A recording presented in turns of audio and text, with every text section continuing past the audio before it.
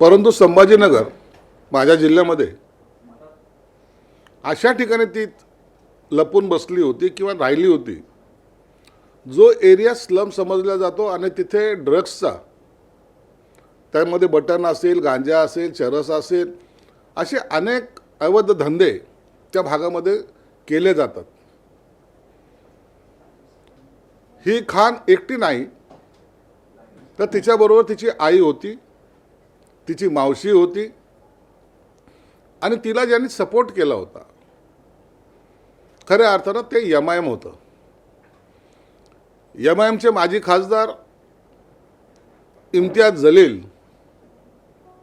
यांनी मागंसुद्धा त्या संदर्भामध्ये उघडपणे स्टेटमेंटही केले होते आणि एका अर्थानं पाठिंबा दर्शवला होता।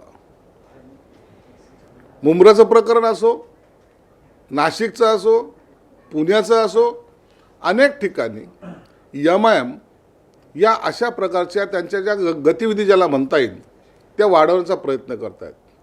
धर्मांतर करणे, मुलींना फसवणे, हे सगळे प्रकार या एमआयएमच्या महाशयाच्या नेतृत्वात होतात। म्हणून ही जी खान जी मुलगी आहे किंवा ही बाई आहे, ही एक मोहरा आहे, छोटासा मोहरा आहे। असे अनेक त्यांचा नेटवर्क महाराष्ट्रभर त्यांचं जाळं हे पसरलेलं आहे। आपल्याला हे प्रकार नगरमध्ये पाहायला मिळतील, पुण्यामध्ये निश्चित पाहायला मिळतील, इवन संभाजीनगरमध्ये सुद्धा पाहायला मिळतील। आणि हे जहरीलं विष ज्या पद्धतीने पसरवलं जात आहे, हिंदूचा द्वेष करणे, त्यांचं धर्मांतर करणे, आणि या प्रकरणामुळे आता समाजामध्ये एक प्रकारचा राग आणि चीड निर्माण व्हायला लागलेली आहे। कालचं प्रकरणही त्याच पद्धतीचं होतं।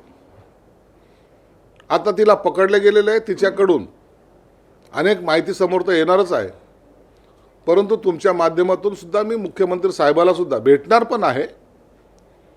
याची SIT चौकशी झाली पाहिजे आणि याच्यातले मास्टर माइंड, या मोहऱ्यांचं सोडून द्या, हे मोहरे ते भेटून जातील, पण मास्टर माइंड कोण आहे तो समोर आलं पाहिजे, अशी मागणी मी मुख्यमंत्री साहेबांकडे करणार आहे। मला वाटतं या प्रकरणाचे धागेदोरे हे फार लांबवर गेलेले असावेत। जे वयात आलेली मुलं आहेत त्यांचा वयोगट 22 ते 30च्या दरम्यान, त्यांनाही अशा प्रकारे ट्रेन करणं बेकार आहेत। काम नाही आहे, हाताला काम नाही आहे, शिक्षण नाही आहे, परंतु मोटरसायकल 1.5 लाखाची मोटरसायकल त्यांच्याकडे आहे, आयफोन आहे, फिरायला त्यांच्या खिशामध्ये पैसेसुद्धा आहेत। हे नेमकं कुठून येत आहेत याचा सुद्धा तपास आता पोलीस यंत्रणेने त्या पद्धतीने सुद्धा केला पाहिजे। बलात्काराचे प्रयत्न, धर्मांतराचे प्रयत्न, फसवणुकीचे प्रयत्न आणि सगळ्यात मोठा नशेखोरीचा प्रयत्न सुद्धा या माध्यमातून केले जातोय। आणि म्हणून मी तुमच्या माध्यमातून पुन्हा एकदा विनंती करतो की हा एमआयएमचा इम्तियाज जलील आणि त्यांच्याबरोबर असलेली इतर जे आहेत त्यांना सुद्धा